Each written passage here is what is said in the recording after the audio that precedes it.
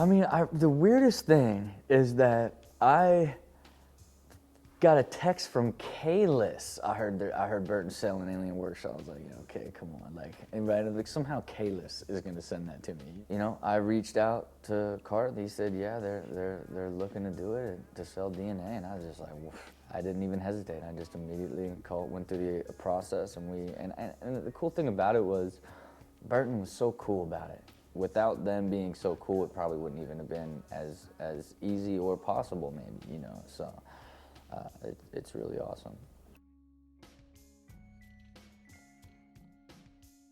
When I was 11 years old, I went to my first skateboard contest after skating for 24 days, and Neil Blender was getting in a car, and I said, hey man, I don't think there's enough room for you in that board. And he said, you wanna know what, you're right, and he threw me that board, and I wrote him a letter and said I had a dream that he gave me 10 more. And I hope you don't think that I'm a faggot ass, I wrote, thinking of a really creative curse word. And he wrote me a letter back that said, you're not, but you're a bit of a padger, which I had to look up in the dictionary, which meant beggar. A few months later, I got on GNS, the same team that he was on, and 3 years later, all the guys that worked at GNS had moved back to Ohio with Neil Blender to start the Alien Workshop, and he drew my first graphic. You know, I sat in a room and chose helped decide with those guys between the name Project Blue Book, which is all based around Hangar 18, which was in Dayton, Ohio, where they re-engineered the alien craft from Roswell, and they re-engineered this alien craft inside these little alien workshops, you know, and that's how the name came from. And as a kid, you know, me and Petrie sat in that room and we were like, yeah, alien workshop, you know, and, you know, for me to have, you know, been on that company for that long, man, and been a part of like this, like at 11 years old, laying the seed, we eventually, you know, where it's in my hometown of Dayton, Ohio, and to have gone into this world that I've evolved into, you know, I lived this incredibly strange existence, and to even be given the opportunity to have a shot at buying it back was a really big deal that I would never have remotely even considered passing up.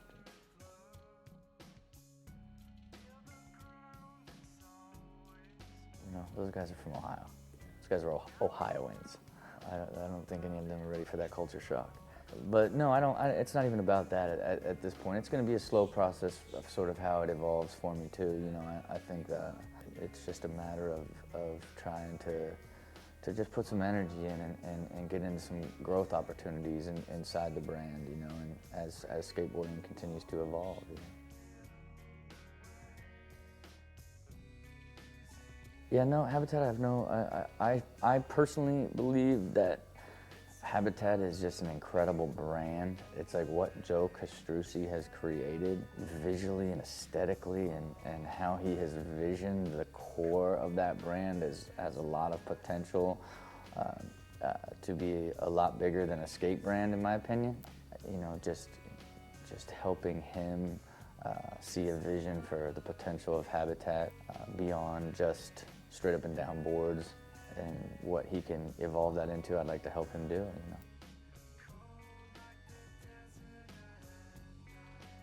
know. I really wanted to make Dill president. That was the first thing. I was like, okay, this is what we're gonna do. Like, I'm buying this shit. We're making you president. Like, oh, one dog, dude. But I don't know. I think those guys are comfortable in their role. I mean, you know, the truth of the matter is Ave and Dill, it's their company, in the sense of guiding, not the brand aspect, but the team and kind of who it is. You know, they take a lot of pride in that team that they've been integral in putting all together.